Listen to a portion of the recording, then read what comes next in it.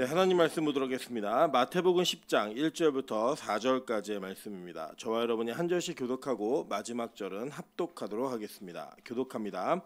예수께서 그의 12 제자를 부르사 더러운 귀신을 쫓아내며 모든 병과 모든 약한 것을 고치는 권능을 주시니라. 12 사도의 이름은 이러하니 베드로라 하는 시몬을 비롯하여 그의 형제 안드레와 세베대의 아들 야고보와 그의 형제 요한, 빌립과 바돌로메, 도마와 세리마테, 알페오의 아들 야고보와 다데오, 가나나인 시몬 및 가룟 유다 곧 예수를 판 자라. 아멘. 네, 우리 주변에 있는 분들에게 이렇게 한번 인사하도록 하겠습니다. 당신의 얼굴을 봐서 기분이 좋아졌습니다. 네, 앞뒤로도 인사하겠습니다. 당신 얼굴을 볼 때마다 행복해집니다. 네, 주일 아침 1부는 가장 우리의 표정이 굳어있는 시간 같습니다. 네, 그래서 우리가 이렇게 행복하다는 인사를 할 때 거짓말 같기도 하지만 실제로는 굉장히 기쁜 마음이 있다는 것을 저는 개인적으로 느끼고 싶고 그리고 여러분에게 그런 마음이 있다는 거 확신합니다. 우리 교회가 만날 때마다 하나님을 향한 기쁨이 있고 성도를 향한 은혜가 있는 그런 귀한 교회 되시기를 주님의 이름으로 축원합니다. 네, 오늘은 마태복음 91번째 강해입니다. 10장 1절부터 4절까지의 말씀을 가지고 신념에서 신앙으로 라고 하는 제목으로 우리 가난안인 시몬에 대해서 공부하도록 하겠습니다. 오늘 성경 말씀에 나와 있는 12제자를 우리가 한 주 한 주씩 계속 살펴보고 있습니다. 이 12제자를 배우는 이유는 여러분이 아시다시피 이 12제자가 가지고 있는 각자의 특성과 사람의 어떤 캐릭터와 그 사람이 가지고 있었던 삶의 여정을 배우는 게 아닙니다. 여러분 성경을 보시면요, 요한계시록에 하나님의 나라 즉 천국이 어떻게 생겼느냐를 묘사해 놓은 장면 속에 이 성의 12 지파의 이름이 성문 위에 쓰여 있다라고 이야기합니다. 그리고 그 옆에 있는 기초석에는 12 제자의 이름이 기록되어 있다라고 성경은 기록합니다. 이것은 뭘 의미하는 거냐면 12 지파와 그러니까 야곱의 12 아들이죠. 12 아들들의 이름과 이 12 제자가 다른 사람보다 특별하기 때문에 여기 써놓은 게 아니라 이 12 지파는 구약의 성도들을 대표하고 있는 상징이고 12 제자는 신약의 성도들을 대표하고 있는 상징입니다. 그리고 여러분 저기 신천지에서 14만 4천 구원 받는다고 얘기하는 그 숫자가 어떻게 나오는 거냐면 이 12 곱하기 12 곱하기에다가 완전한 군대라는 개념으로 1000을 곱합니다. 이 1000이라는 숫자가 민수기에 나오거든요. 그래서 이거 곱하면 14만 4천이에요. 그래서 구약의 성도와 신약의 성도를 상징하는 하나의 심볼입니다. 그래서 이 12제자는 여러분이 나는 베드로야, 나는 야고보야, 나는 요한이야 이걸 결정하는 시간이 아닙니다. 이 내용은 신약에 있는 성도들 전체를 상징하는 내용이기 때문에 이 12제자의 모습 속에 누구의 모습이 있다? 우리의 모습이 항상 있는 겁니다. 그래서 그 안에 있는 우리의 모습이 예수를 만나 어떻게 바뀌고 변화되는가를 보여주는 그 스토리를 함께 나누고 있는 것이기 때문에 이 스토리의 주인공은 이 각자의 제자들이나 여기 누군가와 닮은 여러분이 아니라 바로 이들을 바꾸시고 만지신 예수님이심을 여러분 정확하게 알고 이 내용들을 나누셔야 합니다. 그런 차원에서 오늘 이 가나나인 시몬이라고 하는 이 사람을 우리가 함께 나눌 때에 이 사람이 가지고 있었던 그의 원래의 모습, 즉 옛사람의 모습이 나의 모습 속에는 어떻게 드러나고 있는가를 살펴보시고 그가 예수를 만나 어떻게 변화되었는가를 통하여 저와 여러분이 변화받는 귀한 시간 되시기를 주의 이름으로 축원합니다. 자, 먼저 이 가나나인 시몬이라고 하는 이 내용을 좀 봐야 됩니다. 이게 가나나인이라고 얘기해서 이게 가나안 사람인데 이거 잘못 기록했나 라고 하는 오해도 있을 수 있지만 실제로 이 가나나인이라고 하는 헬라어는 카나니테스라고 하는 단어입니다. 이 단어의 뜻이 뭐냐면 열성적인 자, 열심당원이란 뜻이에요. 여러분 보시면 마가복음 3장 18절에도 이 사람의 이름을 이렇게 소개합니다. 또 안드레와 빌립과 바돌로메와 마테와 도마와 알페오의 아들 야고보와 및 다데오와 가나나인 시몬이며 이렇게 얘기해요. 그러니까 이 시몬이라는 단어의 이름은 가나나인 시몬이라고 하는 이 내용은 뭐랑 똑같은 단어냐면 우리 누가복음 6장 15절 먼저 한번 볼까요? 자, 마테와 도마, 알페오의 아들 야고보와 셀롯이라는 시몬과 이렇게 얘기하죠. 이 셀롯이라는 단어와 동일한 단어입니다. 이 셀롯이라는 단어는 헬라어로는 젤로테스라는 단어인데 이게 뭐냐면 열심히 있는 자예요.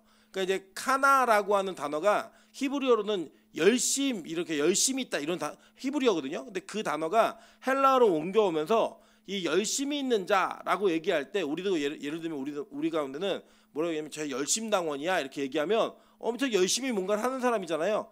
그런 것처럼 이 시대 속에서 이 카나니테스 이렇게 부르면 아, 저 사람은 특별한 어떤 성향을 가지고 있었던 그런 사람이었다라고 보시면 돼요.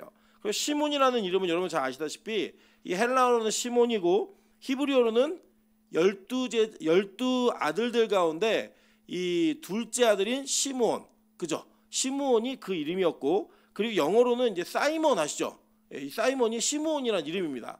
그래서 이게 누구랑 같은 원래 이름이냐면 베드로하고 같은 이름인 거예요. 같은 이름인데 베드로는 예수님의 이름을 어떻게 하셨죠? 바꿔주셨죠. 그죠? 게바라고 바꿔주셨어요. 그래서 이거를 게바는 이제 반석이라는 뜻인데 이 반석이라는 이름의 뜻이 이제 헬라어로 옮겨가면은 이게 베드로라고 하는 단어고 영어로는 피터라는 단어인데 원래 이름은 같은 이름이에요. 그러니까 이제 어떻게 좀 이해하시면 좋을 것 같냐면 예수님이 12제자를 각자를 부르셨는데 그 각자를 동일하게 항상 대하진 않으셨어요. 그래서 그 제자들을 대하시면서 어떤 특정한 사람에게는 특정한 사인이나 특정한 시그널을 통해서 그 사람이 어떻게 변화되고 바뀌어야 될지에 대한 내용들을 정확하고 분명하게 알려주셨습니다. 그 중에 하나가 뭐냐면 이름을 바꿔주신 거예요.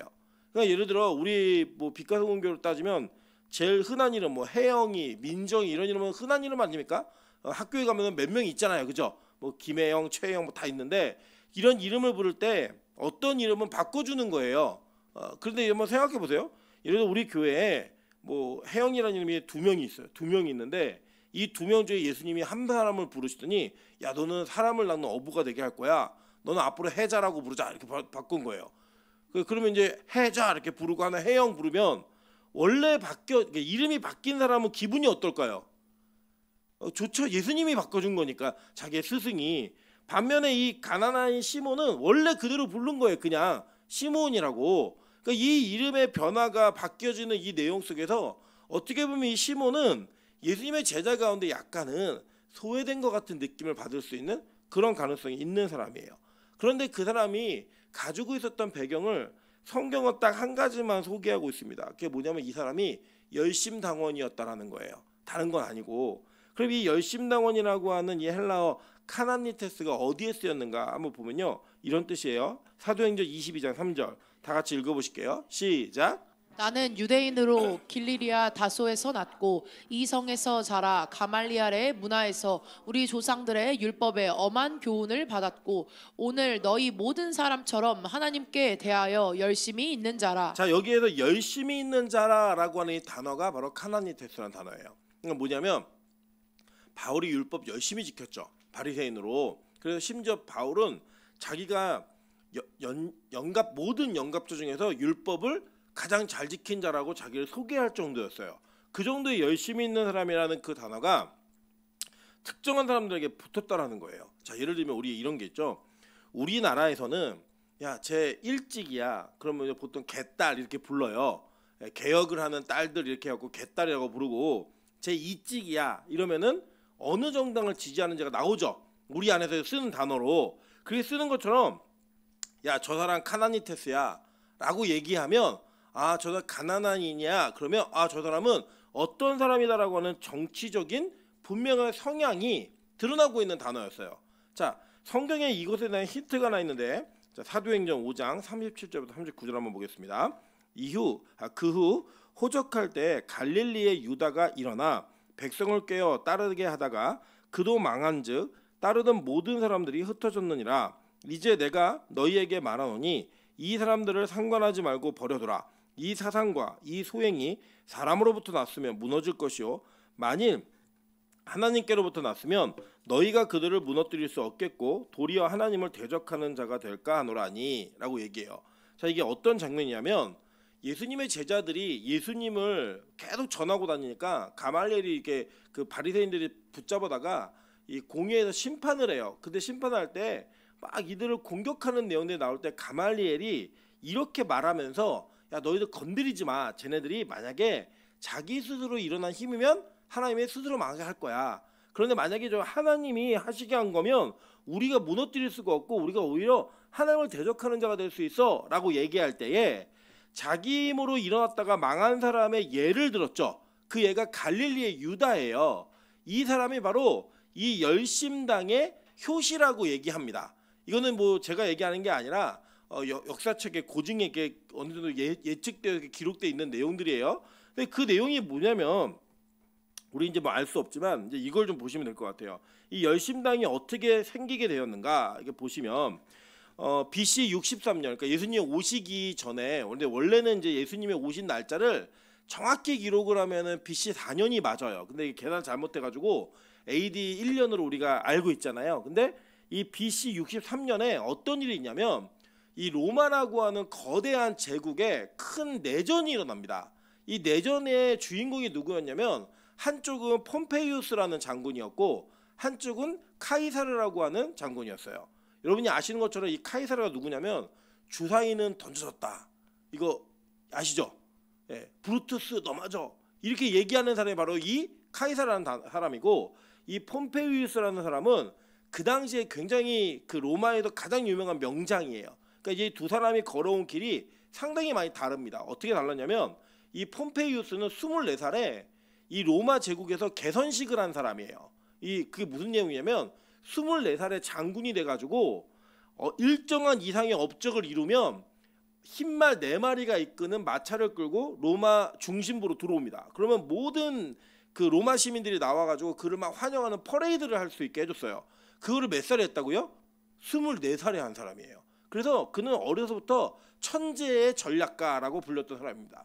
반면에 이 카이사르라고 하는 사람은 만 40까지 그 무명 중에 무명이었어요. 빚쟁이에다가 뭐 별로 이렇게 유능한 사람이 아니었습니다. 그런데 그는 제가 볼 때는 천재. 근데 이 사람이 나중에 대기만 성형의 사람이 돼가지고 이 사람 둘이 이제 로마의 권력을 나눠 갖고 있다가 여기에 이제 그 크라수스라고 하는 이 세 사람하고 삼두정치도 하고 막 이렇게 하거든요. 근데 뭐 그런 건 모르셔도 되고 어쨌든 이 전쟁을 하는데 이 폼페이우스가 뭘 하냐면 이 성경하고 관련 있는 내용을 하나를 해요. 뭐냐면 예루살렘을 정복합니다.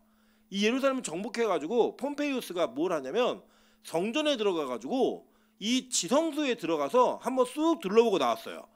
그리고 그 이후에 이 폼페이우스가 카이사르하고 내전을 벌이다가 져가지고 완전히 이게 멸문을 당하고 이 카이사르의 아들이 누구냐면 이 아들이 없어갖고 양아들을 세우는데 그게 옥타비아누스 로마의 첫 번째 황제인 아우구스투스가 바로 이 카이사르의 양아들인 거예요. 그러니까 이 전쟁의 어떤 이 그 과정 속에서 이 폼페이우스는 그 한 시대를 풍미했지만 카이사르에게 밀려가고 권력을 이렇게 찬탈당했는데 이 사람이 이 예루살렘을 점령을 해요.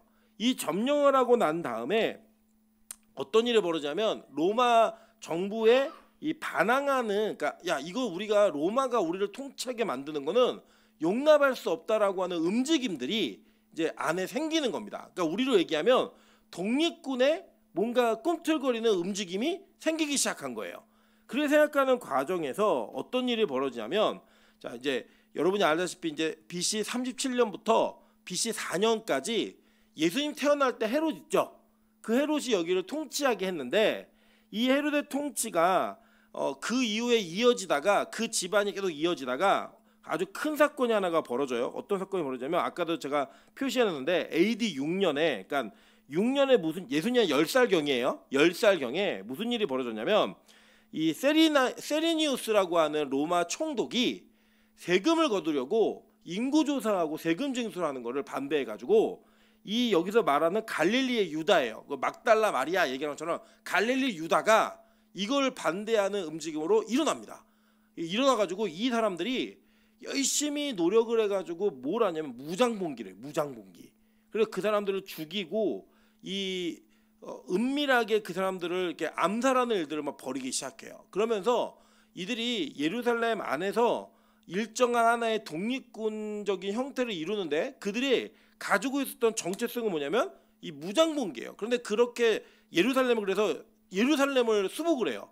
그래갖고 독립을 선언합니다. 야 우리 독립해라고 얘기했는데 그 안에서 바리새인들과 이 열심당원들 사이에 분쟁이 생겨요. 이 분쟁이 생기면서 한 분파가 갈라져 나왔는데 이 갈라져 나온 분파가 어디냐면 사카리파라고 하는, 이게 무슨 뜻이에요? 칼잡이란 뜻이에요. 이 사람들이, 이 칼잡이들이 이제는 지하로 숨어 들어갑니다. 지하로 숨어 들어가갖고 한 일이 뭐냐? 바로 암살을 전문으로 하는 테러 집단을 만들어요. 그래서 이들은 하나님의 나라는, 이스라엘은 다른 어떤 민족도 통치할 수 없다. 우리는 무조건 우리를 점령하고 통치하려고 하는 사람들은 칼로 죽인다. 이게 열심당원이에요. 그리고 예수님 제자 가운데 누가 있는 거예요? 이 열심당원, 그러니까 무장 독립군이 있는 거예요. 그러니까 여러분, 이렇게 이 사람들이 자기들이 가지고 있는 칼의 힘으로 나라를 다시 세우고 나라를 다시 회복하겠다라고 하는 열심을 갖고 모인 사람들이 바로 셀로신들이었어요. 가나나인. 야, 저 사람 가나나인이야 이렇게 부르면, 야, 쟤는 저 과격한 애구나.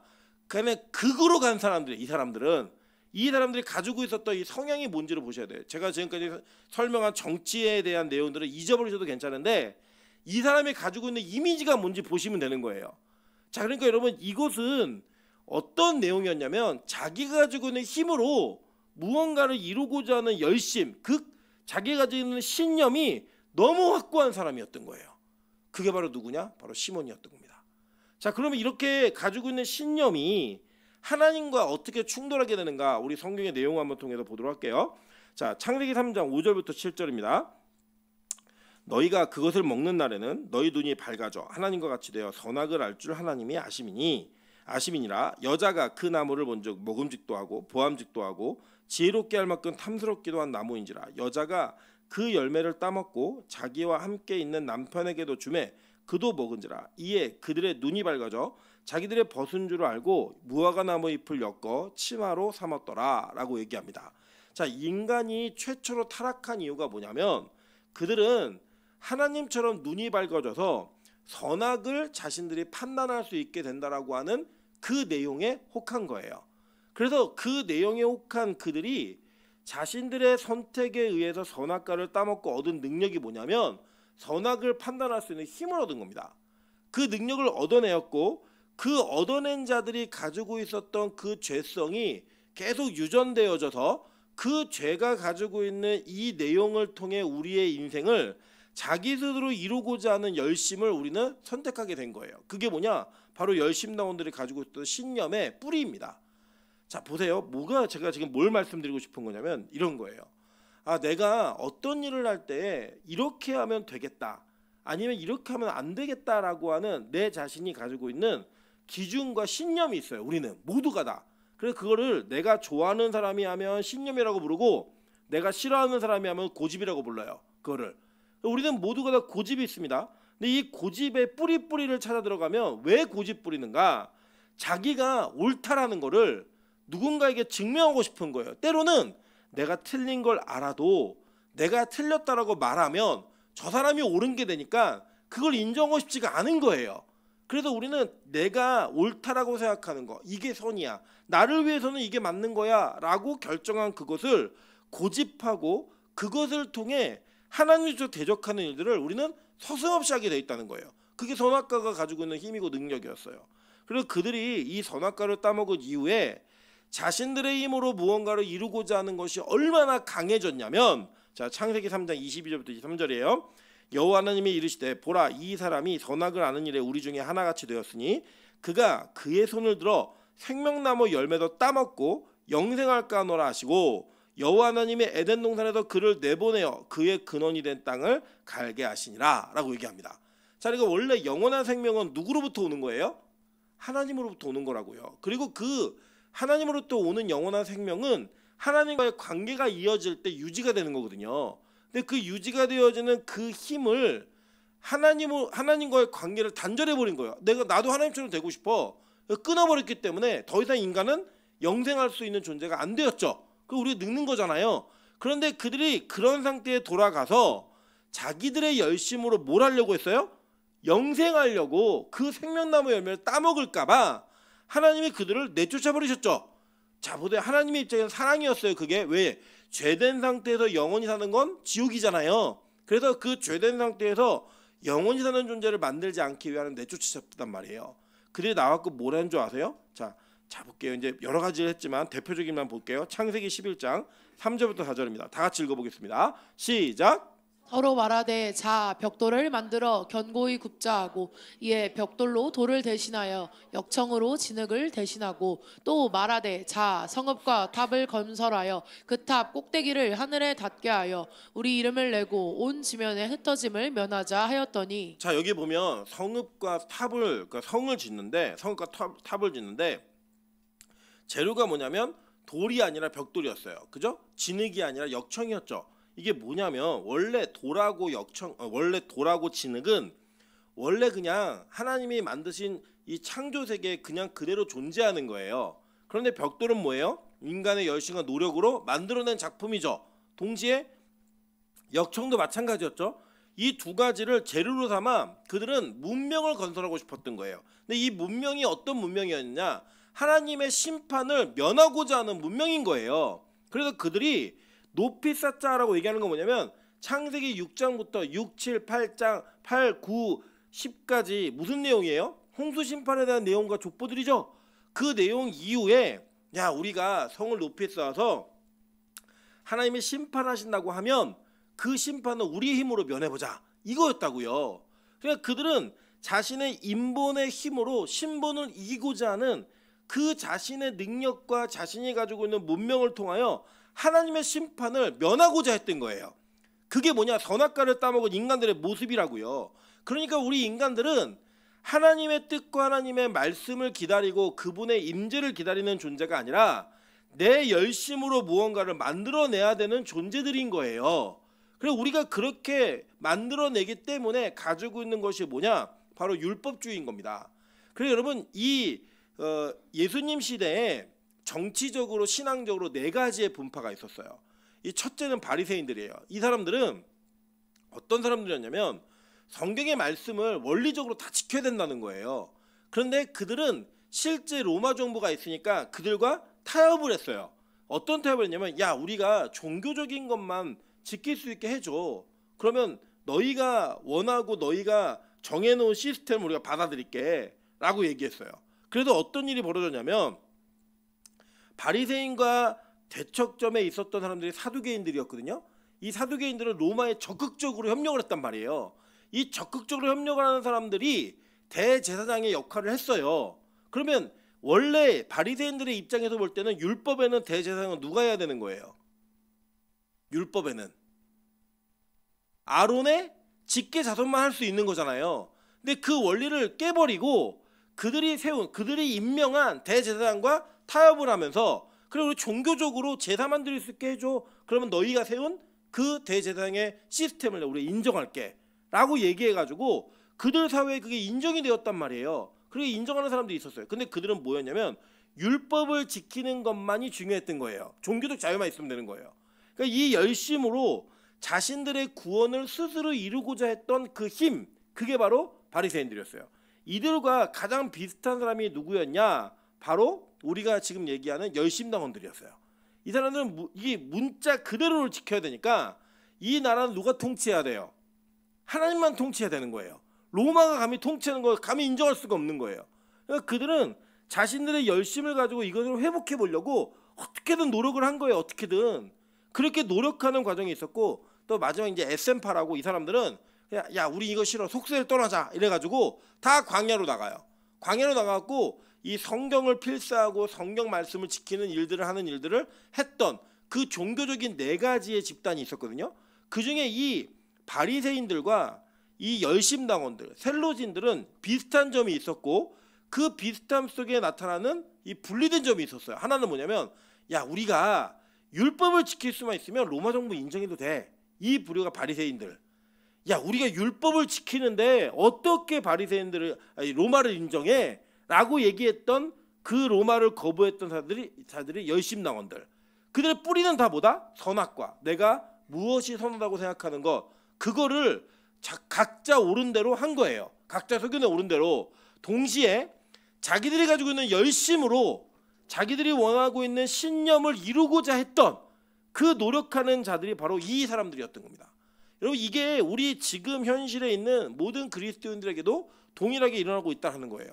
우리는 하나님의 때와 하나님의 시간을 기다리는 걸 힘들어하고요.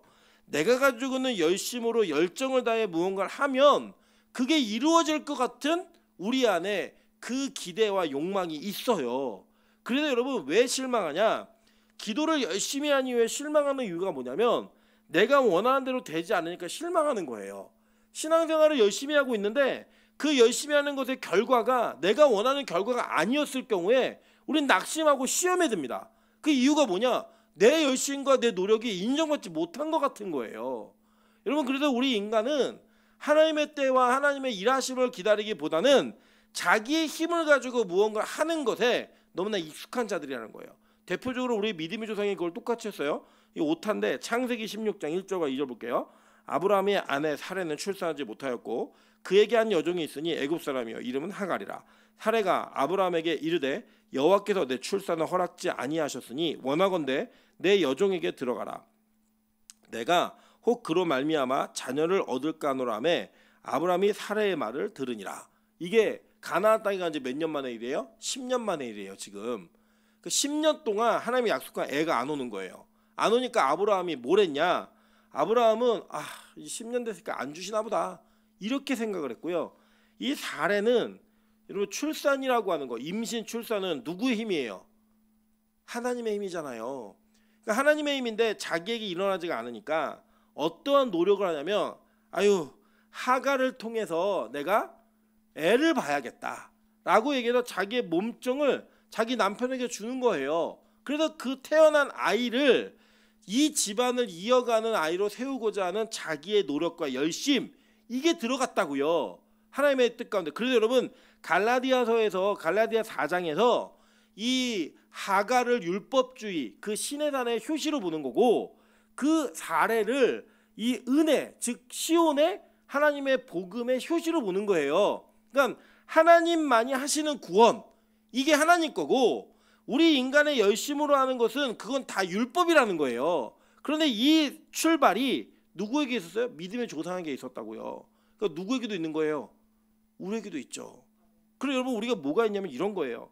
예를 들어서 주일날 한 번도 안 졸고 예배를 잘 드려내면요 우리 일주일 동안 자신감이 생겨요. 내가 이번 주일은 예배 잘 드렸으니까 이번 주간은 좋은 일이 있을 거야. 내지는 이번 주간은 하나님이 나한테 뭘 안 하실 거야. 이런 우리 안에 확신이 있어요. 반면에 무언가 예배 때 집중이 안 됐다든지 뭔가 예배 시간에 듣는 말씀에 뭔가 걸림이 된다든지 아니면 그 예배 시간에 드리는 예배 자체에 기쁨이 없었다. 이러면 우리 안에 어떤 마음이 드냐면 예배 실패했는데 이번에 뭐 안 좋은 일이 생기겠는데 이런 일들이 우리 안에 있다 없다? 있다고요. 그러니까 우리가 자꾸 나의 열심으로 무언가를 이루고자 노력하는 그 노력을 통해 내가 뭔가를 해내면 안심하는 거예요. 내가 이번 주간 금식 한 번도 실패 안 하고 열심히 잘했으니까 하나님이 나에게 뭔가 특별함을 주실 거야. 내진 날 탓하지 못하실 거야. 반면에 그거 실패했거나 뭔가 안 지킨 것 같으면 안 좋은 일이 생기겠지? 이 마음이 우리 안에 있는 거예요. 그게 뭐다? 여러분이 가지고 있는 신념인 거예요. 내가 이렇게 하면 이렇게 되겠지. 저렇게 하면 저렇게 되겠지. 그게 뭐예요? 내 열심. 하나님은 없어요. 내가 정해놓은 법칙과 내가 정해놓은 룰을 따라 하나님이 움직이셔야만 하는 거예요. 여러분 이게 바로 선악과를 따먹은 인본주의의 계승자들의 모습이라는 거예요. 우리는 이런 모습이 신앙생활하면서도 있는 겁니다. 여러분 예배는 우리가 상상 이상의 가장 큰 은혜의 장소가 바로 예배의 장소이거든요. 근데 이 은혜라고 하는 단어는 뭐예요? 은혜는 뭐예요? 나의 노력과 수고와 상관없이 나에게 부여되는 게 은혜잖아요. 근데 우리는 가장 큰 은혜의 장소에서 항상 내 열심을 자랑하는 거예요. 내가 얼마나 오랜 시간 동안 예배드리는 줄 알아? 내가 얼마나 기도하는 사람인 줄 알아? 그래서 우리가 예배드리는 사람들이 예배드리지 않는 사람들을 무시하고 기도를 오래 하는 사람들이 기도를 짧게 하는 사람들을 무시하고 말씀을 많이 하는 사람들이 말씀을 모르는 사람들을 무시하는 이러한 우열이 이 가장 큰 은혜의 장소에서 벌어지고 있다는 거예요. 여러분 장로가 집사를 무시하고 집사가 평신도를 무시하고 평신도가 초신자를 무시하고 목사가 부교육자를 무시하는 이런 일들이 벌어지는 이 현장이 놀랍게도 가장 큰 은혜의 장소라는 거예요. 여러분, 이 시몬은 평생을 이 열심을 갖고 살았던 사람인 겁니다. 내 칼로 열심히 노력하면 무언가 이루어지겠지. 그러다 열심히 살아서 예수님을 만난 거예요.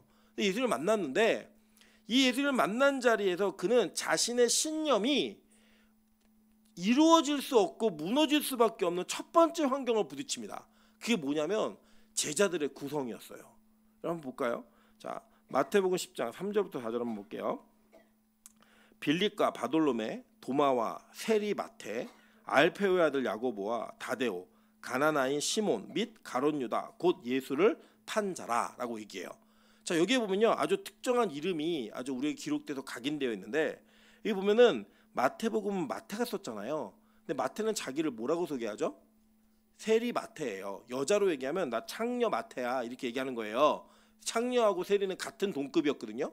그렇게 고백하는 세리였던 마태는 이 당시의 정치 시스템과 사회 시스템 속에서는 어떤 사람이냐면 로마 정부에 빌붙어서 동료들의 고열을 빨아먹는, 동족의 피 빨아먹는 빈대와 같은 그런 존재였다고요. 그러니까 우리가 이해하기 쉽게 얘기하면 일본 순사, 그러니까 일본에 붙어서 순사를 생활했던, 예를 들어 그러니까 우리 장로님들의 아버지나 할아버지 시대에 종로경찰서 서장이었다는 뭐예요?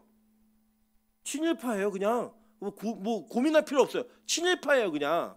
여러분, 이번에도 이거 공개적으로 이게 기사에 나온 거니까 배우 중에 이지아 씨가 있어요. 근데 이분의 외할아버지가 조부가 아주 대표적 친일파예요. 그래갖고 지금 안양 어디에 막 350억 땅이 있는데 이게 막 자손들끼리 막 싸움이 붙었대요. 350억이면 얼마나 되는 평수예요? 막 친일파들 땅이 지금까지 살아 있는 거예요. 그냥 존재하고 있는 거예요. 근데 이것 때문에 막 논란이 붙으니까 공개적으로 자기 입장을 썼어요. 자기는 10년 전에 부모와 절연을 했고 이 상속 분쟁에는 끼지 않았다. 그리고 나는 친일파들의 모든 재산은 다 국가에 환수되어야 된다고 믿는다라고 글을 썼어요. 그 많은 사람들이 잘했다고 이제 옹호하고 이지아 씨를 공격하던 친일파 프레임이 벗어지는 것 같이 보여져요. 뭐 이제 저는 뭐 관심 있게 이렇게 제가 그분에게 뭐 팬도 아니고 뭐 관심 있지 않으니까 잘 모르겠지만 이 상황이 있는 거예요. 그런 것처럼 우리 시대에 저 사람 친일파야라고 얘기할 수 있을 만한 사람이 그 시대에 누구였냐면 세리 마태였던 거예요. 근데 이 셀로진 시몬, 가나나인 시몬은 뭐예요? 독립 무장 봉기군, 그죠? 테러 암살. 여러분 이게 보면은 우리나라 영화 중에 뭐 암살 이런 영화 있잖아요. 독립군들이 막 몰래 총 가고 저격총으로 막 쏘고 이런 거 있잖아요. 그런 내용의 중심이 되는 사람이 예수님의 제자 가운데 같이 있는 거예요. 지금 이게 얼마나 불편한 상황이에요. 그러니까 경찰하고 도둑하고 같이 있는 상황. 예. 이런 상황이 지금 이 예수님의 공동체 안에서 이루어지고 있는 거예요. 그러니까 자기 신념은 뭐예요? 야, 저런 세리들을 죽여가지고 우리가 빨리 독립할 수 있게 해야 되는 게 자기의 신념이었다고요. 그런데 예수님을 따라서 다니다 보니까 이 제자도 부름받았을 거 아니에요. 예수님이 이게 불러가지고 선택한 거니까 내가 이분이 옳다고 따라갔는데 그 공동체 안에 누가 있어요? 내가 죽여야 되는 암살자들, 암살 명단에 있는 그 명단에 있는 세리 마태가 거기 있는 거예요. 야, 그리고 이게 얼마나 고민이 되는 거예요. 보면은 죽이고 싶고, 그죠? 근데 예수님 같이 제자니까 죽이면 안 되고 내 신념에서는 쟤를 죽여야 되는데 예수님의 공동체에서 그게 불가능한 게 돼버린 거예요. 저는 어떤 상상을 해보냐면 이런 거예요. 예수님이 제자들에게 사역을 보내실 때 가끔씩 둘둘씩 짝을 보내서 보내줬어요. 이 짝 보낼 때 항상 짝이 같았을까요? 그랬을 수도 있지만 그러지 않았을 수도 있겠죠. 그럼 이제 이게 돌려서 짝을 하다 보면은 누구랑 짝이 될 수도 있겠어요. 마태하고 시몬하고 짝이 되면 얼마나 이게 어색했을까요? 같이 가야 되는데 이게 어색한 거죠. 여러분 이게 참 어려운 상황입니다. 제가 예전에 그 지하철을 타고 학교를 가고 있는데 이제 대학교 다닐 때인데 저희 친구들하고 이제 같이 몇 명이 같이 이렇게 있었어요. 같이 있었는데 지하철 저쪽 문에서 이렇게 불경을 트신 한 분께서 이렇게 동냥을 하면서 들어오신 거예요. 저 반대 방향에서는 찬송가를 트신 분이 문을 열고 들어오신 거예요. 이분들이 이렇게 점점 가까이 오니까 지하철에 이렇게 각자 자기 얘기하고 소란스럽잖아요. 막 얘기하고 있다가 양쪽에도 한쪽에는 불경이 나오고 한쪽에는 찬송가가 나오니까 갑자기 지하철 안이 조용해지기 시작하는 거예요. 이거 과연 어떻게 될까? 두 양자가 막 이렇게 오고 있는데 모두가 긴장으로 쳐다보고 있는데 이 찬송가를 트신 분이 찬송가 끄시더니 자리를 비켜주시더라고요. 제가 볼 때는 이분이 더 이게 경력이 좀 짧으신 것 같아요. 자기들끼리 다 안다 그러더라고요. 근데 이제 한쪽은 불경을 틀어놓고 동냥을 하고 있고 한쪽은 찬송가를 틀고 동냥하니까 같이 동냥하는 건 맞는데 이 찬송가와 불경이 같이 틀어져 있으니까 얼마나 어색해요. 그 어색한 상황 속에 그 한 이 장소에 있다는 게 모두에게 집중이 되더라는 거예요. 아마 제가 볼 때는 이 마태하고 시몬하고 같이 전도하러 나가면 모든 제자들이 저것들 싸우는 거 아니야? 이런 걱정했을까 안 했을까요? 저는 했다고 봐요. 예. 예를 들어 우리 교회에서 뭐 이런 거죠. 제비뽑기로 조를 만드는데 이 전 여친과 전 남친이 같이 만난 거예요. 한 조에서. 와 이거 모두 긴장이 안 해요. 긴장하죠. 같이 있으면 안 된다. 쟤네 붙여놓으면 큰일 난다. 사고 나요 목사님. 이런 일이 막 벌어지겠죠. 그런 거 동일한 사건이 어디에 벌어지고 있는 거예요? 지금 예수님의 제자 공동체에서 벌어지고 있는 거예요. 여러분 이제 복음이 뭘 얘기하는 거냐면 아마도 이 시몬은 거기 안에서 자기의 가지고 있는 신념으로는 저 새끼 칼로 죽일까? 이런 마음이 올라오겠죠. 그죠? 그런데 그때마다 예수의 가르침과 그 예수가 가지고 있는 영향력을 통하여 그는 자신의 신념보다 무언가 우위에 있는 것을 항상 대면했던 거예요. 나는 이 신념, 내 신념은 이거야. 내가 옳다고 생각하는 이건데 저 하나님 예수 그리스도 앞에 서 있으면 이게 안 되네. 저분의 가르침을 듣다 보면 이거보다는 저게 더 옳은 것 같네 라고 얘기하며 자기의 신념을 끊어가고 자기의 신념을 꺾어가기 시작한 거예요. 그게 훈련이었어요. 여러분 복음은 이런 겁니다. 복음은요 자기가 가지고 있는 신념보다 우위에 있는 거예요. 내가 이게 옳다라고 믿고 있는 것조차도 말씀이 내 위에 있다고 믿으면 그게 꺾여지고 순복이 되어져요. 근데 원래 그게 안 되는 거예요. 왜요? 아직도 우리는 선악과를 따먹은 힘의 영향력에서 그 지배로부터 완벽하게 벗어나지 못했기 때문에 그 일이 벌어지는 거예요. 그 일은 뭐냐? 예수가 여러분을 온전하게 통치하지 못하는 거예요. 그래서 우리는 그 사건과 충돌이 내 안에 계속 벌어지고 있는 겁니다. 그런데 복음은요 이런 것들을 다 무시하고 이루어져요. 한번 볼까요? 사도행전 21장 8절부터 12절입니다. 이튿날 떠나 가이사라에 이르러 7 집사 중 하나인 전도자 빌립의 집에 들어가서 머무르니라. 그에게 딸 넷이 있으니 처녀로 예언하는 자라. 여러 날 머물러 있더니 아가보라 하는 한 선지자가 유대로부터 내려와 우리에게 와서 바울의 띠를 가져다가 자기의 수족을 잡아매고 말하기를 성령이 말씀하시되 예루살렘에서 유대인들이 이같이 이 띠 임자를 결박하여 이방인의 손에 넘겨주리라 하거늘 우리가 그 말을 듣고 그곳 사람들과 더불어 바울에게 예루살렘으로 올라가지 말라 권하니 라고 얘기해요. 자 이게 무슨 장면이냐면 바울이 가이사라에 이르러서 7 집사 중에 하나인 빌립의 집에 머무르고 있는 장면이에요. 근데 여기 보시면 아주 재밌는 장면이 뭐냐면 이 7 집사 중에 한 사람이 누구냐면 스데반이에요. 근데 이 스데반을 누가 죽였어요? 바울이 죽였다고요. 그러니까 빌립의 동료였던 스데반을 바울이 죽였는데 바울이 복음을 전하는 사람이 되어서 그가 여행하는 중에 전도 여행하는 중에 머무른 집이 누구의 집이다? 빌립의 집인 거예요. 그러니까 내 친구를 죽였던 나의 동료를 죽였던 그 사람이 복음 안으로 들어오니까 그를 재워주고 먹여주고 심지어는 그의 딸들이 예언을 하면서 이 바울에게 너 예루살렘에 올라가지 마 이렇게 될 거야 라고 하며 가지 말라고 권면하는 그런 사이가 되는 거예요. 우리 같았으면 어떻게 했을 것 같아요? 야 올라가서 너 묶여서 맞아봐야 돼. 너는 내 친구를 죽였지. 복수하는 마음이 있겠어요 없겠어요? 있죠. 그런 마음이 있는 우리들과는 다르게 예수 그리스도 안에서는 그 모든 것들이 무너지게 된다는 거예요. 여러분 우리 안에 뭐가 있냐면 쟤는 용서할 수 없어. 쟤는 절대로 용서 못해. 이런 마음이 드는 사람들이 있죠. 여러분 평생에 그게 여러분의 신념이라고요. 신념. 야 나는 저런 인간은 볼 수 없어. 감히 저런 죄를 저질러? 감히 이런 관계를 파괴해? 그런 신념이 우리 안에 있는데 그 신념보다 위에 있는 게 뭐라고요? 복음이라고요. 예수 그리스도라고요. 그러니까 초대교회는 그런 일들이 벌어지는 거예요. 그리고 갈라디아서 이렇게 얘기합니다. 갈라디아서 3장 27절부터 28절입니다. 누구든지 그리스도와 합하기 위하여 세례받은 자는 그리스도로 옷 입었느니라. 너희는 유대인이나 헬라인이나 종이나 자유인이나 남자나 여자나 다 그리스도 예수 안에서 뭐래요? 하나이니라 라고 얘기해요. 여러분 이런 얘기를 듣고 가르치다 보면요 좀 아쉽고 좀 마음 가운데 조금은 이렇게 뭔가 잘못됐다라고 느껴지는 게 하나가 뭐냐면 이런 거예요. 세상 사람들은요 막 주먹질하고 싸웠어도요 술 한잔 같이 하고 나면 마음이 풀어집니다. 그래서 화해도 하고 옛날에 있었던 관계가 다시 회복되기도 해요. 반면에 제일 화해시키기 어려운 사람이 누구냐? 교회 안에서 교인들끼리 다퉜을 때예요. 화해 안 됩니다. 그럼 뭐라고 얘기하면 천국 가서도 저 사람하고는 멀리 떨어져 있을 거예요. 그게 천국이에요? 여러분 우리 그러면은 천국 이쪽 끝과 저쪽 끝에 살아가는 사람 많잖아요. 교회 안에서도. 우리는 예수 그리스도 안에서 하나가 되어진다라고 하는 이 놀라운 선언을 아멘으로 화답하고 있지만 정작 제일 하나가 되지 못하는 게 어디예요? 교회라는 거예요. 그러면 이 내용을 빌어 가나나인 시몬과 같은 원래 옛사람의 시몬과 같은 그리스도인들이 얼마나 많은지 지금 현재 작금의 우리 정치 현장과 교회를 연결해 보시면요 너무나 이 내용이 부끄럽게 우리에게 다가올 수밖에 없습니다.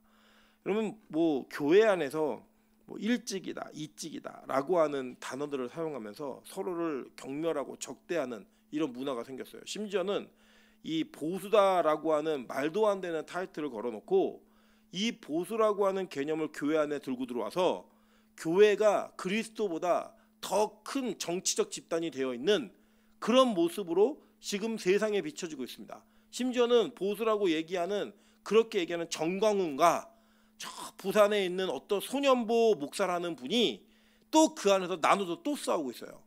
여러분 이게 교회가 할 일인가? 질문을 던져보자는 거예요. 진짜로. 여러분 정치적인 입장이 있을 수 있죠. 저는 그거를 갖지 말라는 게 아닙니다. 그런데요 교회는 소위 말하는 일찍과 이찍이 함께 모여 예수로 말미암아 은혜 받는 곳이에요. 여기는 그걸 가지고 분쟁하는 곳이 아니라는 거예요. 여러분 제 안에 뭐가 옳다라고 하는 신념이 있어요. 분명히 있다고요. 그렇지만 제 안에 옳다라고 하는 신념 때문에 제 신념을 따르지 않는 사람들이 교회 밖으로 나가야 된다고 저는 생각하지 않아요. 그들이 그리스도인이 아니다라고 생각하지도 않는다고요. 그런데 왜 그거를 갖고 들어와서 하나로 만드는 교회를 왜 박살내고 깨버리냐고요. 이게 잘못된 겁니다. 여러분 제가 섬기던 교회가 어떤 일을 겪었냐면 부교육자가 교회 안에 있는 주요 리더들을 데리고 한꺼번에 나가버렸어요. 교회가 무너졌어요. 그래서 그 부서가 없어져 버렸어요. 그냥. 여러분 그래서요 많은 사람들이 뭐라 그랬냐면 야 어떤 사람들은 잘했네. 그 타이밍 잘 맞춰가지고 잘 데리고 나갔네. 뭐 누가 옳다 그러다 별의별 논쟁들이 다 왔다 갔다 할 때 제가 이렇게 얘기했어요. 봐라 그렇게 하나님의 교회를 깨고 나간 그 교회 절대 잘 되지 못한다. 최근에 소식 들으니까요 그 교회가 또 깨졌어요. 또 깨졌는데 그 깬 목사가 인터넷에 글을 올렸어요. 뭐라 올렸냐면 나간 애들이 교회를 다 풍비박살내고 나갔다고. 그랬더니 원래 있던 교회가 그 밑에 댓글 달았어요. 네가 뭘 했는지 생각해보라고. 여러분 하나님의 교회를 깨는 일은요 어떤 명분이 있다 하더라도 잘못된 거예요. 여러분 제가 약속을 드릴게요. 만약에 빛가서공교회가 임철 목사 때문에 반반이 나눠져서 싸운다. 그러면 제가 어떻게 할 것 같습니까? 제 자리를 지키고 뭐 그렇게 노력할까요? 저는 그렇게 하지 않을 것 같아요. 만약에 진짜 회복될 수 없이 싸운다. 그럼 저는요 제가 교회를 그만두는 게 맞다고 생각해요. 뭐냐 하나님의 교회 깨지면 안 돼요. 하나님의 교회는 어떤 개인보다도 중요하고 어떤 누구보다도 중요하고 어떤 가치보다도 중요해요. 여러분 절대로 교회 깨는 일을요 교회를 분쟁시키는 일을 앞장서서 하지 마세요. 교회는 그렇게 내 마음대로 찢을 수 있는 공동체가 아니라는 거예요. 교회는 그리스도께서 자신의 몸을 내어주시고 산 하나님의 공동체입니다. 거기에는 여러분의 어떤 신념이 다른 신념과 충돌하여서 그 공동체를 박살내고 깰 수 있는 명분이 될 수가 없다는 거예요. 제가 진짜 태극기인 분이 이렇게 얘기한 걸 들었어요. 뭐라고 얘기했냐면 하나님의 교회는 하나이기 때문에 정치로 그렇게 깨면 안 됩니다라고 얘기했더니 뭐라고 그분이 얘기하냐면 이렇게 얘기했어요. 그 특정 정당을 지지하지 않으면 교회는 깨져야 된대요. 그 사람들끼리 모여서 예배를 드려야 된대요. 따로. 제가 이렇게 얘기했어요. 장로님 하나님의 교회가 어떤지 모르셔서 그렇게 얘기하시는 거예요. 그때 화를 내시더라고요. 막. 우리 교회도 그런 일이 있었어요. 저희 교회가 광화문에 나가지 않으면 교회를 떠나시겠대요. 가시라 그랬어요. 여러분, 그거는 교회는요 그런 공동체가 아니에요. 여러분이 가지고 있는 유익과 여러분이 가지고 있는 이익을 통하여 내가 이렇게 나누고 분리시킬 수 있는 그런 공동체가 아니라고요. 이 가나나인 시몬은 자기의 신념으로는 절대 마태하고 함께할 수 없었어요. 그런데 그는 그 공동체 안에서 뭔가를 배운 거예요. 예수께서 이루신 공동체는 내가 가진 신념보다 더 가치가 있는 공동체이구나. 그 무너지는 거예요. 여러분, 저는 우리 빛과 소금 교회가 복음과 복음이 아닌 일 때문에 여러분이 무언가 결단을 하고 여러분의 영적 전쟁을 벌릴 수 있다고 생각해요. 그러나 복음이 아니라 여러분의 신념이 들어가 있는 일은요, 교회의 권위와 교회 공동체의 우선권보다 더 위에 두지 마세요. 그거는 올바른 제자의 모습이 아닙니다. 진짜 제자의 모습은 어떤 모습이냐면 내가 가진 신념을 공동체를 위해 꺾는 거예요. 그걸 무너뜨리는 거예요. 그래서 교회를 하나로 만드는 것, 그게 바로 교회 공동체가 해야 되는 일인 거예요. 그래서 여러분, 제가 단언한컨대 우리 교회에서는 정치 이야기를 하실 수는 있어요. 근데 정치 이야기가 된다고 얘기하더라도 여러분이 나와 다른 사람과 함께 할 수 없다라는 생각을 가지시면 여러분 그리스도인 아니에요. 교회 공동체가 뭔지 모르는 분이에요.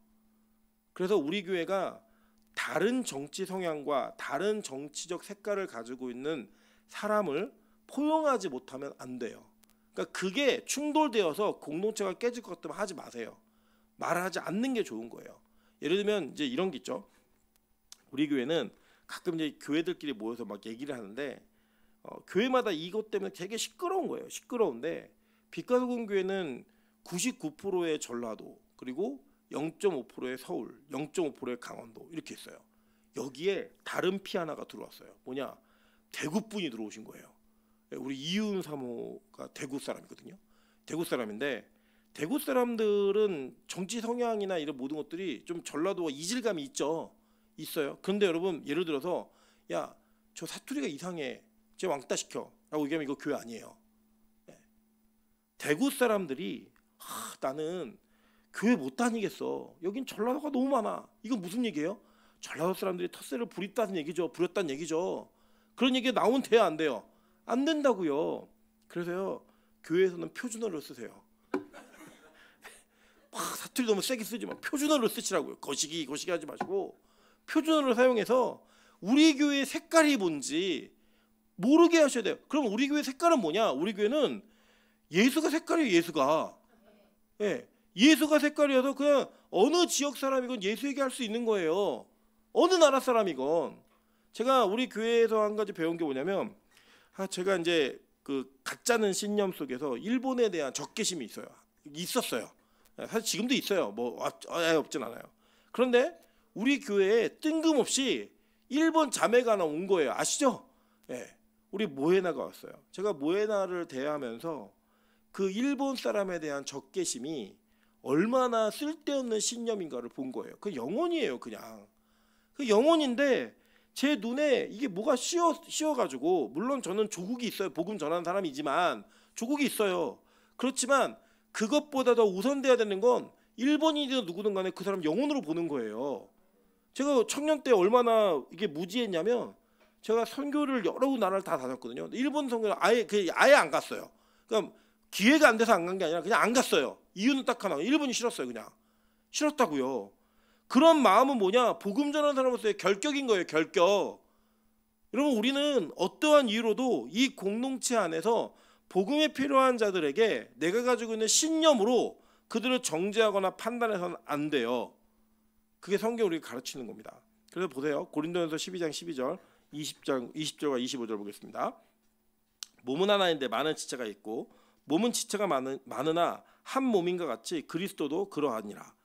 20절부터 25절 볼게요. 이제 지체는 많으나 몸은 하나라. 눈이 손더러 내가 너를 쓸데없다 하거나 또한 머리가 발더러 내가 너를 쓸데가 없다 하지 못하리라. 그뿐 아니라 더 약하게 보이는 몸의 지체가 도리어 요긴하고 우리가 몸에 덜 귀히 여기는 그것들을 더욱 귀한 것들로 입혀주며 우리의 아름답지 못한 지체는 더욱 아름다운 것을 얻느니라. 그런즉 우리의 아름다운 지체는 그럴 필요가 없느니라. 오직 하나님의 몸을 고르게 하여 부족한 지체에게 귀중함을 더하사 몸 가운데서 분쟁이 없고 오직 여러 지체가 서로 같이 돌보게 하셨느니라 라고 얘기해요. 여러분, 그래서 옛날에 이 맹장이 오면은 이게 아프잖아요. 그리고 또 맹장은 또 이게 터지면은 이게 또 전체 염증으로 번질 수가 있기 때문에 이 맹장 수술은 급하게 하는 게 맞죠, 그죠? 근데 이 급하게 하는 것 때문에 간혹 어떤 분들은 그냥 맹장을 아프지도 않는데 잘라낸 분들이 계셨어요. 쓸데없는 거니까 잘라. 근데 나중에 가서 안 게 뭐냐면 맹장이 없으면 잠수함 못 합니다. 그 맹장이 없으면 높이 올라가는 우주 여행도 못 해요. 못 하세요. 그래서 이제 맹장 수술하신 분들은 나중에 우리 과학 기술이 발달해 갖고 우주 여행 시대가 열리잖아요. 우주선 못 하신다고요. 그게 우리가 쓸데없다고 잘라내는데 나중에 알고 보니까 이게 쓸데가 있는 거예요. 여러분, 이런 것처럼 우리 교회 안에 가끔씩은 저 사람은 없어도 그만이야 라고 생각할 만한 사람이 있을 수도 있어요. 근데 성경은 뭐라고 얘기해요? 그렇게 얘기하지 말래요. 다 요긴하게 쓰인대요. 그 누가 누구더러 너는 필요 없어, 너는 나가, 얘기할 수 없다는 거예요. 말도 안 되는 얘기 하지 말라는 거예요. 교회는 그런 곳이 아니라 몸 안에 있는 지체라는 거예요. 다. 여러분, 하나가 없으면 불편해집니다. 하나가 없으면 뭔가 우리 안에 장애가 생기고 결핍의 문제가 생길 수밖에 없는 거예요. 여러분, 엄지발가락 하나 없어져도 괜찮을 것 같죠? 엄지발가락이 없으면요 다리를 접니다. 진짜예요. 엄지발가락 없으면 몸을 지탱하지 못해서 다리를 절어요. 그게 우리가 가지고 있는 저건 없어도 돼 이런 게 없다고요. 우리 인생에. 교회 안에 다 그런 공동체 안에서 내가 가지고 있는 신념과 내가 가지고 있는 생각과 고집으로 누군가를 판단하고 잘라내고 정지할 수 없어요. 누가 저한테 그런 얘기 하더라고요. 뭐 교회 나가라고 얘기하지 말래요. 저는요 태어나서 한 번도 교회를 나가라고 얘기한 사람 없어요. 그 사람이 떠난 건 어쩔 수 없지만 나가라고 얘기한 적 없어요. 앞으로도 그러지 않을 거예요. 제가 뭐라고 그런 얘기를 해요. 아무리 담임이어도 그렇게 얘기할 수 없어요. 본인이 못 견뎌 나가는 건 제가 어떻게 하겠어요. 그거는 상관없는 문제예요. 그러나 여러분, 교회 공동체 안에서 우리는 모두는 신념보다 우리 위에 신앙이 더 큰 여러분의 가치관이 되어야 되는 거예요. 그게 맞는 겁니다. 에베소서 2장 14절부터 18절 볼게요. 그는 우리의 화평이신지라 돌로 하나를 만드사 원수된 것 곧 중간에 막힌 담을 자기 육체로 하시고 법조문으로 된 계명의 율법을 폐하셨으니 이는 이 둘로 자기 안에서 한 세 사람을 지어 화평하게 하시고 또 십자가로 이 둘을 한 몸으로 하나님과 화목하게 하려 하심이라. 원수된 것을 십자가로 소멸하시고 또 오셔서 먼 데 있는 너희에게 평안을 전하시고 가까운 데 있는 자들에게 평안을 전하셨으니 이는 그로 말미암아 우리 둘이 한 성령 안에서 아버지께 나아감을 얻게 하려 하심이라 라고 얘기해요. 자, 보세요. 예수님이 화평을 만드신 분이에요. 근데 그 예수 안에 있는 자가 분쟁을 만든다고요? 없는 일이에요. 가능하지 못한 일이라고요. 그래서 여러분, 교회 안에서 분쟁하는 일을 멈추셔야만 합니다. 내가 양보하고 때로는 양보를 받는 그런 관계 속에서 하나가 되는 게 중요하다라는 거예요. 여러분, 그래서 교회는 여러 가지 제도와 시스템을 세워갈 때에 그 안에 여러분 다 만족할 수 없어요. 어떻게 100명이 있으면 100명 어떻게 만족시켜요? 절대 만족시킬 수 없어요. 그러나 예를 들어 전체 의견과 정해진 시스템에 의해서 뭔가 결정되잖아요. 내 마음에 들지 않아도 거기 하나가 되셔야 돼요. 그게 맞는 겁니다. 여러분 볼게요. 시몬이 예수님을 따라다니면서 여러 가지 의문이 있는 예수님의 대화들을 들었을 거예요. 한번 볼까요? 마태복음 22장 17절부터 22절 다 같이 읽겠습니다. 시작. 그러면 당신의 생각에는 어떠한지 우리에게 이르소서. 가이사에게 세금을 바치는 것이 옳으니까 옳지 아니하니까 하니 예수께서 그들의 악함을 아시고 이르시되 외식하는 자들아 어찌하여 나를 시험하느냐. 세금 낼 돈을 내게 보이라 하시니 데나리온 하나를 가져왔거늘 예수께서 말씀하시되 이 형상과 이 글이 누구의 것이냐. 것이니이다. 이에 이르되 그런즉 가이사의 것은 가이사에게 하나님의 것은 하나님께 바치라 하시니 그들이 이 말씀을 듣고 놀랍게 여겨 예수를 떠나가니라. 자, 여기 보면 이 가이사에게 세금을 바치는 문제는 열심당원에게는 가능한 일이에요, 불가능한 일이에요? 불가능한 일이라고요. 근데 예수님 뭐라고 얘기하시냐면 이 질문을 받고 야, 이 동전에 누가 새겨져 있니? 티베리우스 황제가 새겨져 있어요. 티베리우스가 새겨져 있지 가이사 황제가 새겨져 있습니다. 그러면 황제의 것은 황제에게 바쳐. 근데 여기 헬라어 카이가 붙어 있거든요. 이 카이가 뭐냐면 문맥에 따라 어떤 때는 and도 되고요, 어떤 때는 but도 돼요. 네, 그러니까 그러나도 되고 그리고도 될 수 있어요. 근데 이거를 우리 그 신학 중에 우리 한국의 유명한 김세윤 박사님이 이거 어떻게 했을 거냐면 그런즉 가이사의 것은 가이사에게, 그러나 하나님의 것은 하나님에게 바치라. 이렇게 해석을 하세요. 저 이게 좀 맞다고 생각해요. 문맥 보면 예수님은 이 사회 속에서 우리가 지키고 살아야 되는 것들은 지키고 살래요.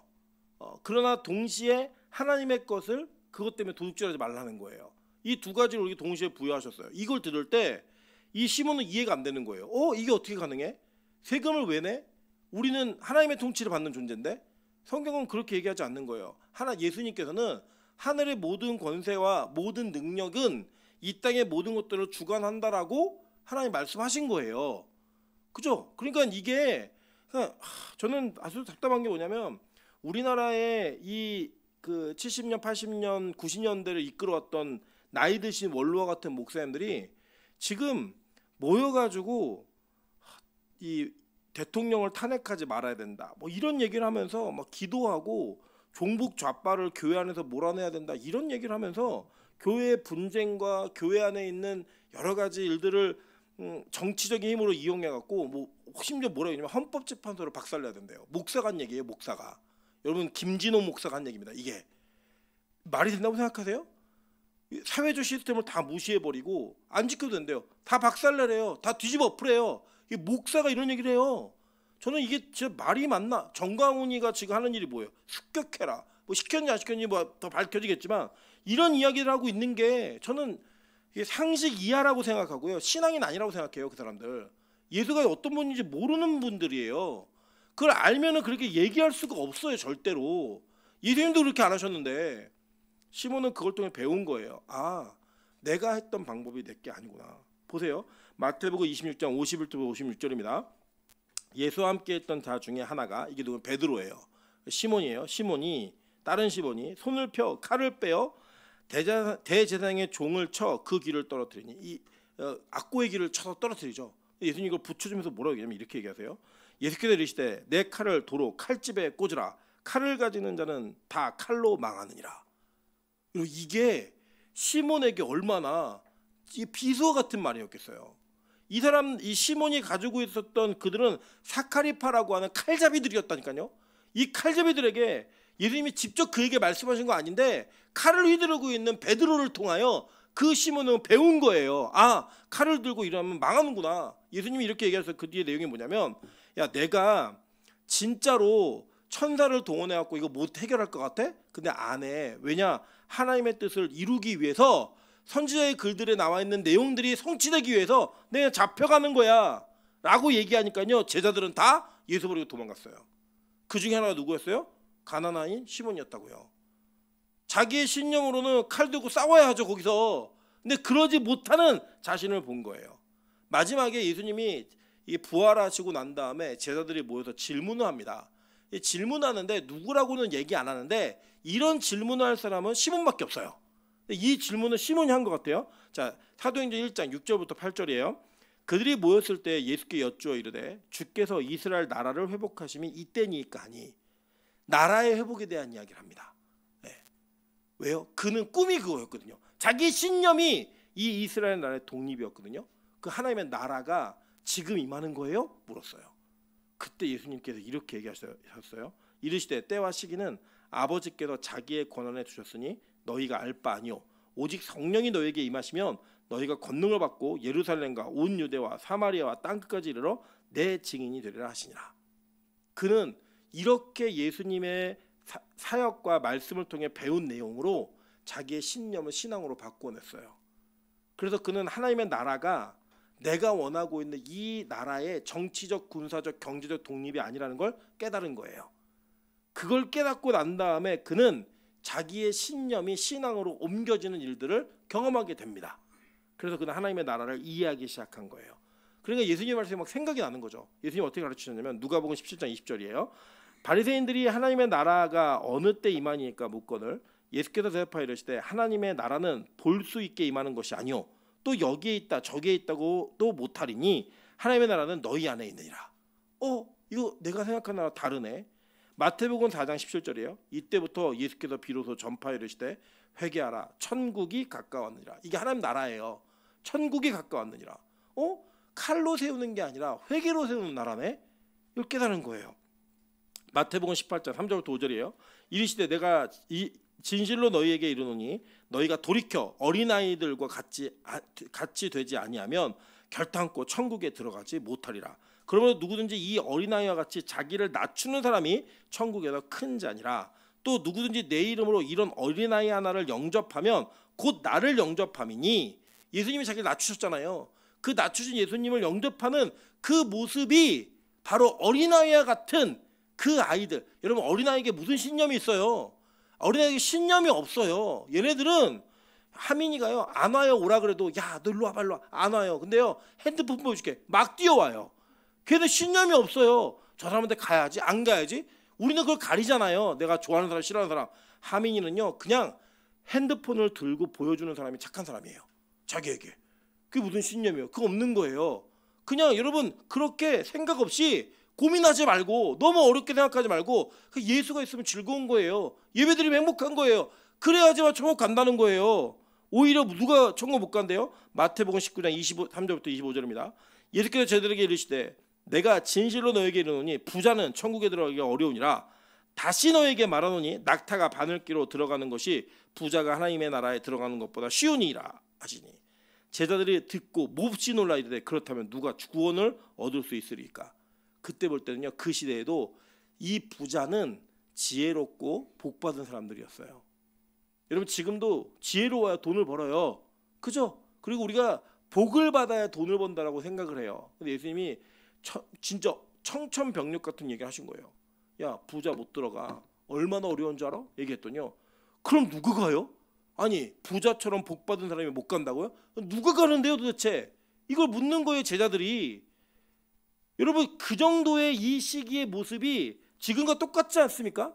우리도 이 땅에서 뭔가 사회적으로 갖추고 성공하고 재산도 있고 이런 사람들이 다 천국 갈 거로 믿잖아요. 좋은 그리스도인이라고 믿잖아요. 우리도 그래요. 목사 세계에서도요. 큰 교회 담임을 한 사람은 훌륭한 목사라고 믿어요. 그리고 그분들이 얘기하는 건 다 옳은 것 같다고요. 그런데 성경은 그렇게 얘기 안 했잖아요. 안 했음에도 불구하고 우린 여전히 거기 매여 있는 거예요. 이게 뭐예요? 시몬처럼 야 하나님 나라 이 땅이 이루어지는 거야. 이걸 믿고 있는 사람들이라고요. 우리가. 그 사람들은 어디 임한대요? 우리 마음에 임한다는 거예요. 그리고 진짜는 언제 오는 거예요? 주님 다시 오시는 날 오는 거라고요. 이 세계에 공존하는 게 아니라 주님 다시 오시는 날 이 세계가 종말이 되어지고 새 하늘과 새 땅이 오는 거라고요. 그게 하나님 나라예요. 근데 우리는 왜 신앙을 가지면서 내 신념을 성취하는 곳을 교회를 통해 하려고 하고 교회에서 하려고 해요. 아니잖아요. 그거. 천국은 이런 사람에게 옵니다. 요한복음 3장 3절부터 5절이에요. 다 같이 읽겠습니다. 시작. 예수께서 대답하여 이르시되 진실로 진실로 내게 이르노니 사람이 거듭나지 아니하면 하나님의 나라를 볼 수 없느니라. 니고데모가 이르되 사람이 늙으면 어떻게 날 수 있사옵나이까. 두 번째 모태에 들어갔다가 날 수 있사옵나이까.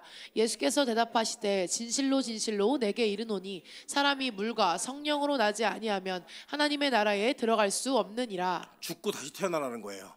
그래야 가는 나라인 거예요. 그게 바로 하나님 나라예요. 남을 죽이는 게 아니라 내가 죽고 다시 살아야. 이 말씀을 듣고 이런 예수의 가르침을 통하여 가나나인 시몬은 영국에 가서 복음을 전하다가 순교하는 순교자가 됩니다. 뭐 페르시아에서 죽었다 이런 여러 가지 학설이 있지만 가장 유력한 건 영국인 것 같아요. 영국에 가서 복음 전하다 죽어요.